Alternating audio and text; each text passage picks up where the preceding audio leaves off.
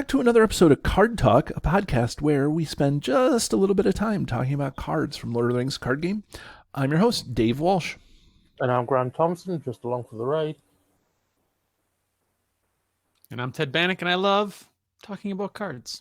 Is that true, Ted? It is true. There's two things I love talking about. It is cards and, believe it or not, horses. Horses. A horse is a horse, of course, and no one can talk to a horse, of course, unless the horse is famous Mr. Red. Yep. Okay, that's going straight to record release is David's rendition of Horse, of Course. That entire record will be sponsored by our patrons.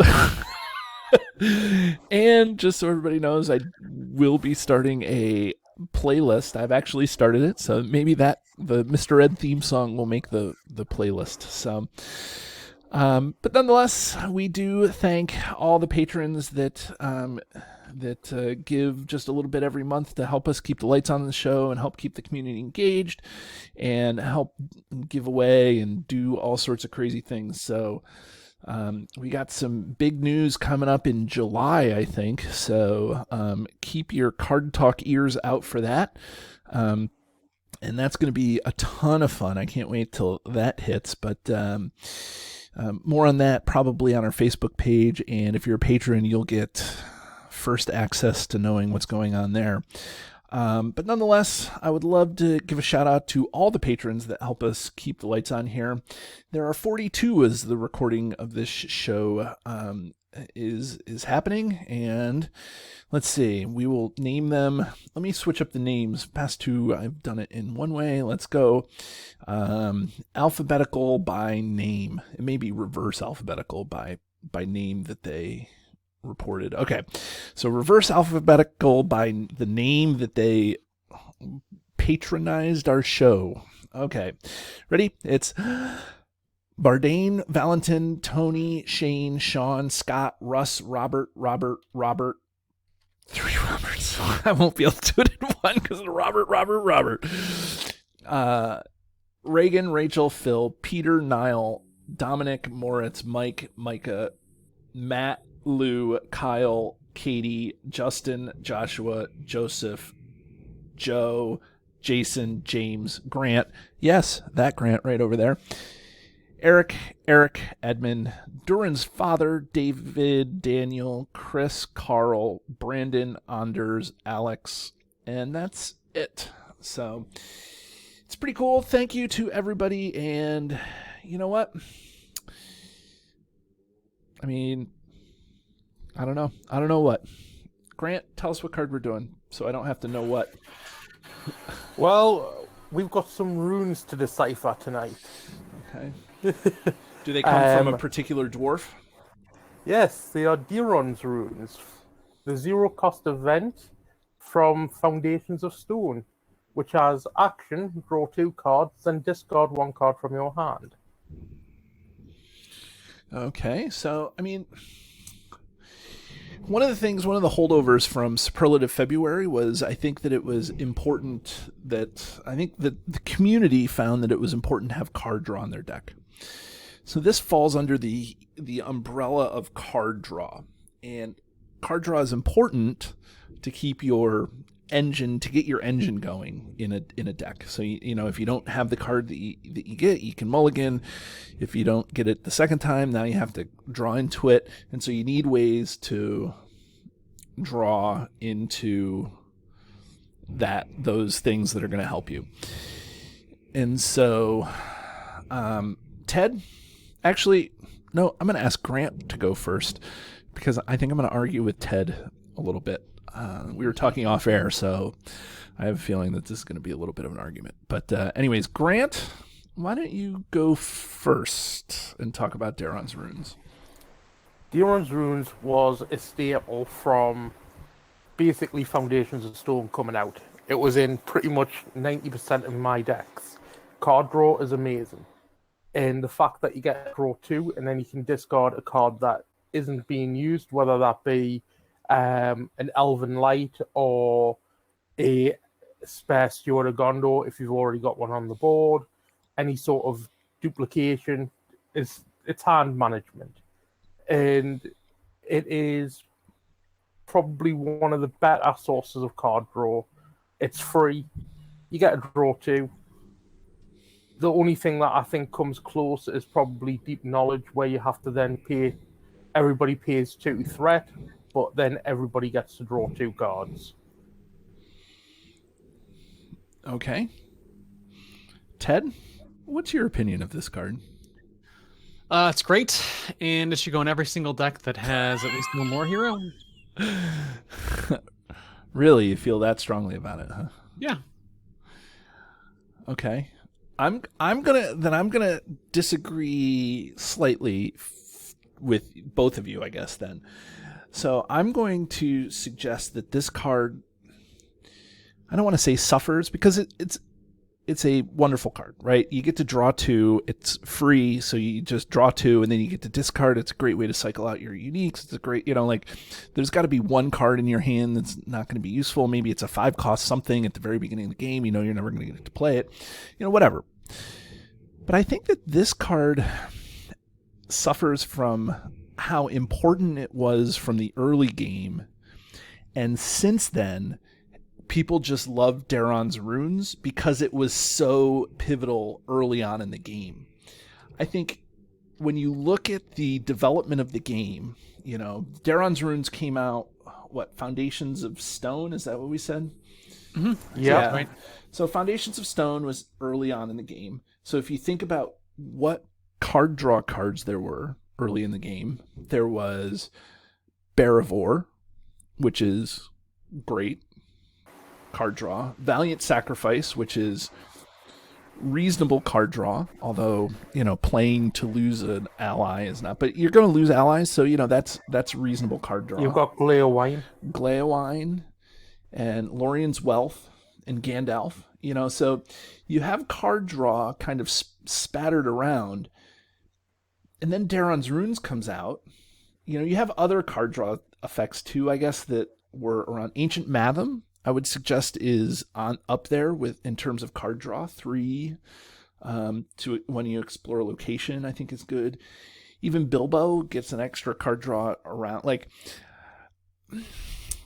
But since then, if you think about what cards have been released since then, so you have the card that I'm thinking of specifically is Drinking Song. And I once asked the community, if I'm going to include a card draw card in my deck, should it be Drinking Song or Daeron's Runes? That's a trick question. And more than one person came back to me and said, both. Both. Right. Yeah. But the problem is you can't, when you're a solo player, you can't build a deck that has 10 card draw cards, because all you're going to do is continually draw your card draw cards and not get the cards that you need for your engine. Right. Drinking Song is a mulligan. It's basically a free mulligan every time you play it. Daeron's Runes is directed card draw. So that way you can then cycle out cards that are less useful, so you get your engine faster when you use Drinking Song. My point is that Daeron's Runes is still good, but it's not as good as what it was back in the early life of the game, because there's so many other options. Elven Light, Aristor, and Círdan have come out since then. Those are all card draw cards. I don't know. I Unlikely Friendship. There's Ted, your favorite, Peace and Thought. Peace and Thought with Smoke and Think. It's so, we were talking about that when we did Peace and Thought. There's so many options for card draw now that I don't think that Daeron's Runes is as good as it was when it was first released. And I'm sticking by that. You're saying it's not as good, but if you look at what it does, you get to draw 2 cards and you get to manage your hand, getting rid of any duplicate uniques that you aren't going to be able to play, or you aren't hoping to be able to play because they're already in play. So in that sense, it is still just as good as what it was back then. You're just getting blindsided by the newer, more flashier cards that do slightly more. Well, you've got.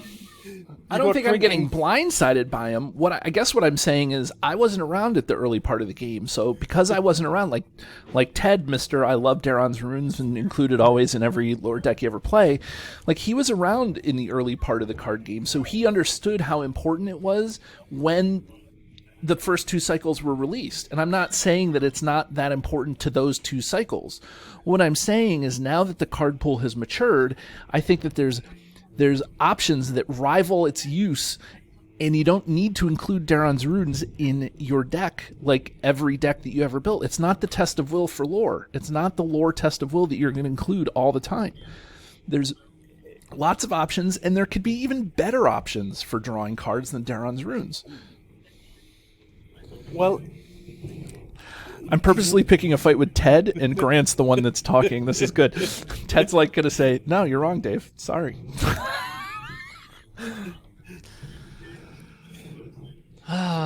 Well, it's I will actually say I do not think I included in my Aerostore decks. Now that you mentioned him. Oh, okay. Because I think he has every turn you're essentially getting the same type of effect. You're constantly cycling through your deck every single turn, but for decks that don't have him, you don't get that much card cycle. And mathematically, if you work it out, you're better off just having this card in your deck than cutting it. It always brings me 1 card closer to what I'm looking for. Even if you draw 2 super amazing cards, there's going to be one of those cards that is better suited for you that turn, the turn that you need it. And even if you have all those other cards are great because they net you cards, the ones you talked about, Nathandir's Advice, Peace and Thought, right. Valiant and Sacrifice, any way to draw cards, right? they'll net. Foe Hammer, that came out just after this, So. Yep. Foe Hammer, those all net you cards, which is important. You can't have Daeron's Runes as your only card draw because it doesn't actually expand your hand size. But the turn you draw it, you didn't just draw 1 new card, you actually drew 2 new cards. If you don't have a hero that's drawing you extra cards every turn, like Aerostore or Círdan, right, this card just boosts you into finding the cards you need sooner. But that's true for any card draw engine. Like that argument could be for the Stone of Elastrian, right? Elasterian. Make sure I pronounce that right. Like, if you're not running... How many card draw heroes are there? 4? Barivore, Gildor, Aerostore, and Círdan, right? You've got Bilbo. And Bilbo, right. Okay. Ori, I guess. Pippin. Right. Mm-hmm. Okay, so there's more than heroes. There's plenty of heroes that card draw. But I guess, I know that card draw is important. But what I'm saying, Ted, is because, and Grant too, you've been around since the beginning of the game too. Like, you guys are jaded by how important the card was when it first came out, to not be able to not include it now, as opposed to having other things. Because there are some cases where Daeron's Runes is important. That's the 3rd cycle where you have cards, you get killed for having cards in your hand, and so you get rid of a Daeron's Runes, and then you draw 2, and then get rid of another. You net 0 cards, and it makes your hand better, which is fine. Your hand can be better, but I still think that there are equally as good card draw engines out there, or card draw cards. One of which is Elven Light. Like Elven Light costs you a resource. It has to be played from your discard, and unless you're running Arwen, who gains a resource from discarding it, it actually costs you more in the long run. Yeah, I mean, and I get that. How about Deep Knowledge? You talked about Deep Knowledge earlier. Yes. That's you pay threat instead of resources. Yes, and like I said, there are other cards that are equally as good, like Deep Knowledge in Daeron's Runes. They are both on the same curve. You have to discard a single card with Daeron's Runes to pay for it, right? But that's only for you. If you're running in multiplayer, Deep Knowledge, everybody has to pay 2. but you're drawing 2 cards. But you do not get the hand management with deep knowledge to be able to discard cards that you aren't using. But you don't need to discard those cards. Those cards don't do anything if they're in your hand. Unless you're playing some super specific things where you have to like discard card from your hand and it does damage equal to the card's cost or something stupid like that. Like having cards in your hand does nothing against you usually. So if you have dead cards in your hand, yeah, it's annoying to have 7 uniques that you already have out on the board and it annoys you. So then you have 7 cards that aren't doing anything. To be able to exchange them maybe with Aristor Ally, like, I mean, that's fine. Daeron's Runes helps a little bit with that, but having this wealth of cards in your hand that you can't use doesn't, like, it doesn't, they could, I don't know. My point here, let me say it a different way, is I think if I were to poll the community, okay, and I somehow could take everybody who's been around since the beginning of the game, and I'd say, okay, what's the best card draw card in the game?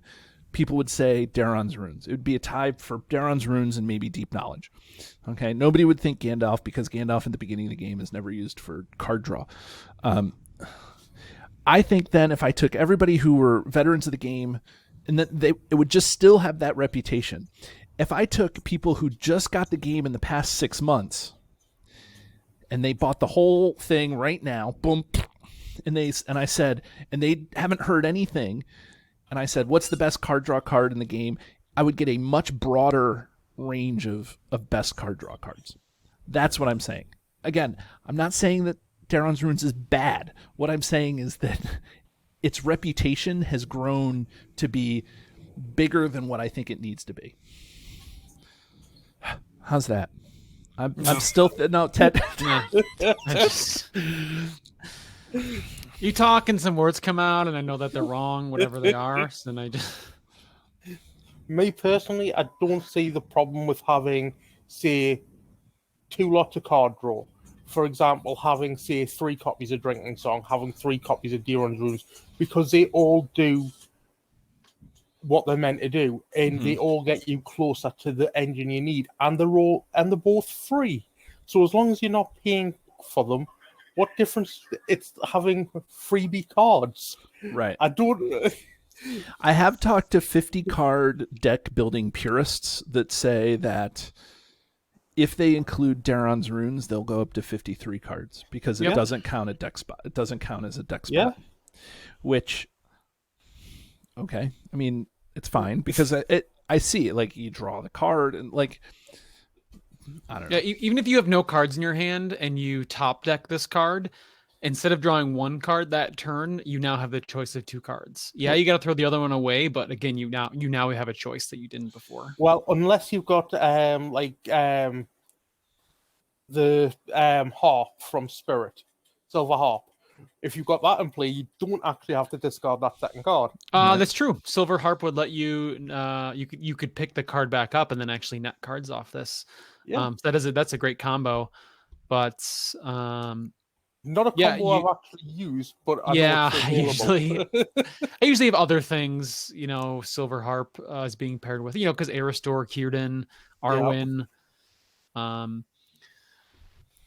But yeah, generally any deck that's got lore access, Daeron's Runes is going in, with the exception of maybe a Círdan deck that also shares a lore hero. I might not put it in because he's essentially doing the same thing every turn. Yeah. But even then, it's a good choice.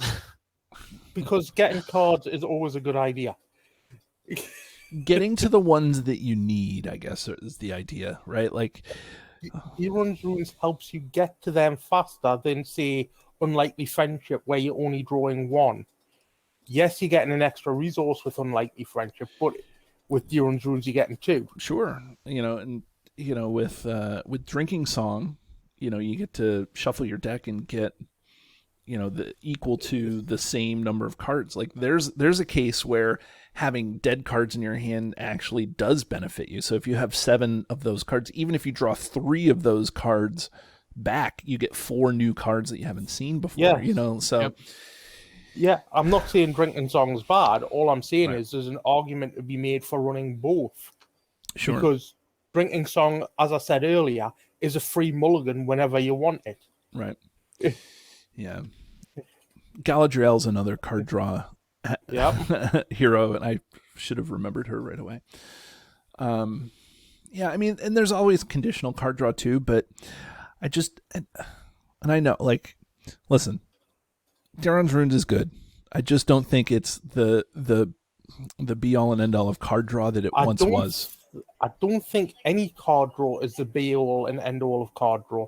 There's situations where all the card draw in each sphere is great. I mean, my 3 hunters runs Forehammer. Right. Forehammer's great card draw, right? As long as you've got a weapon. If you don't have a weapon, it's absolutely useless. Right. Ancient Madam, right? Ancient Madam. Ancient Madam, as long as you've got a location, great. Right. If you don't have a location, there's no point in it. That's whereas Daeron's Runes, it isn't conditional. You just get it's just there, you get it. It's I don't know. It's the same as Drinking Song. It's there, you get it. Right. But like I see, there's an argument to be made for each card draw that you've got. It's all just a matter of preference. Especially if you are saying, well, do I want to run Daeron's Runes or do I want to run Drinking Song? I'd say take 2 of each. Take 2 of each. And yeah, because call me in the morning. You're still up ahead. Yep, even doing that, you're still ahead. You're still putting more opportunities in your deck to... If you're not wanting to say do 3 of each, go down to 2 of each. That way you net in cards and you get a mulligan every so often. Yeah. Well, I guess I'm not going to sway you guys to my to my my thing. Somebody out there will leave a comment. Sean's always leaving comments. Sean's a patron. Sean, tell me you agree with me. You're a reasonable man. Actually, Sean's been around since the beginning of the game. He probably thinks that Daeron's Rune's the best. So, Sean, don't leave me a comment because you're going to agree with these 2 guys. So, hey, I'm in the middle. I agree with both of you. Yeah. So, and you can't be in the middle. You can't be the 0.5. Why not? It's what I'm good at. I know. Okay. Well, let's talk about the art real quick. What about the art? You guys like it? I actually prefer this art to the blown up version that they did for the limited edition 2-player starter set. I prefer the wider view. Yeah. Ted, what do you think of the art? Yeah, I like it. It shows it's a dwarf looking at runes, finding them. So yeah, I think it looks fine. Yeah, I think it looks all right. I think it matches. Now, Grant, I'm sure you're busy looking up on the computer, but is Daeron a person or is it like, is it an adjective? Obviously here it's being used as an adjective, but is Daeron a person in the first age or something? Was he one of the original dwarves? Yes, he was one of the original dwarves. I can't remember exactly whereabouts he fits in the dwarf hierarchy, but he was actually one of the dwarves. Been a while since I've actually looked up Daeron. Well, I guess that's the point, right? Daeron is giving us knowledge, and that knowledge is helping us beat the bad guy. So, he was an he was actually an elf. Daeron was an elf, according to the wiki. He was.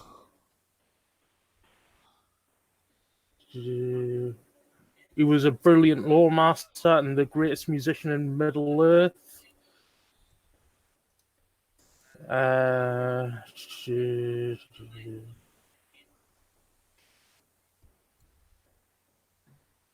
His invention of Kirith provided an alphabet of runes that the dwarves adopted in their writings and spread throughout Middle Earth, passing down from age to age.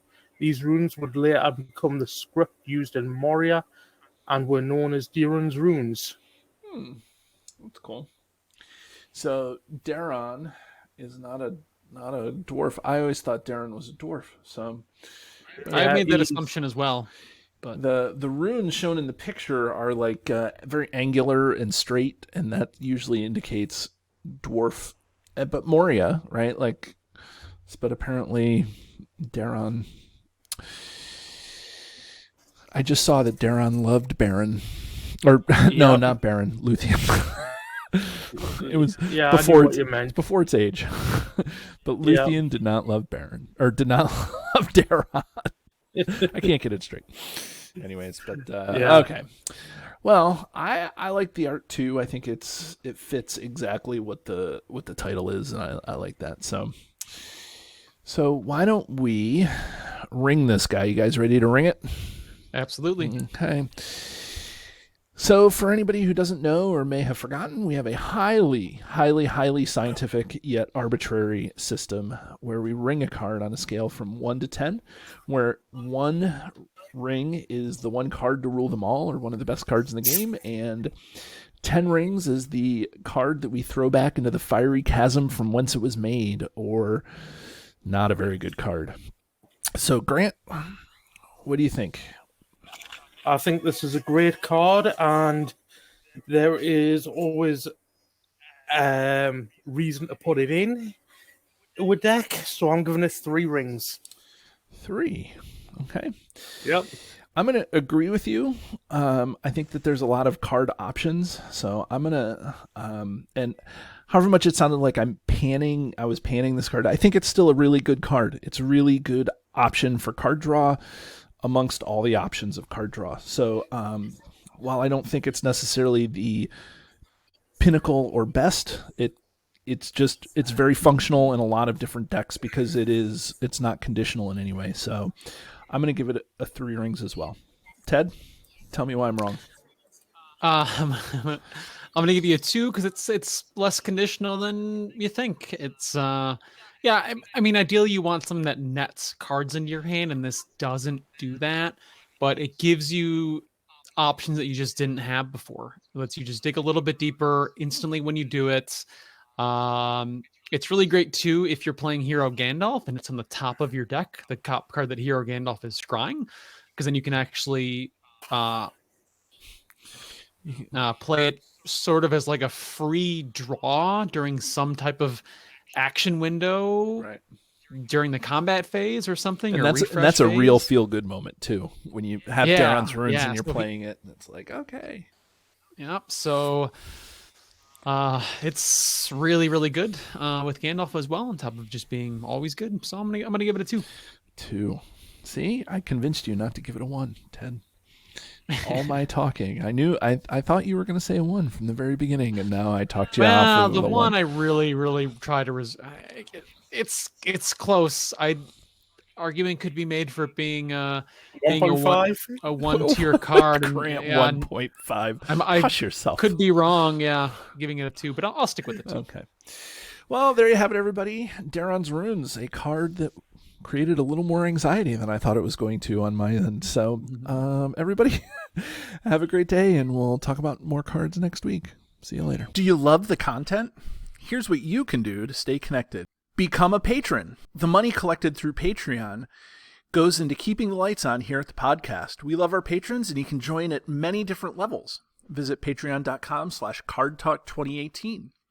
You can subscribe to us, whether you're watching our YouTube channel or you're listening to us in your favorite podcatcher. Hit the subscribe button to get notifications of all our new episodes. Didn't know we were an audio podcast? Find us by searching Card Talk to get access to our 120 plus regular episodes. Didn't know we were a video channel? Find us by searching Card Talk LOTR LCG on YouTube. And there you can find not only our regular episodes, but you can find our bonus playthroughs and other content related to the game. Want to get a hold of Ted, Grant, or myself? Feel free to email the podcast at cardtalk2018@gmail.com.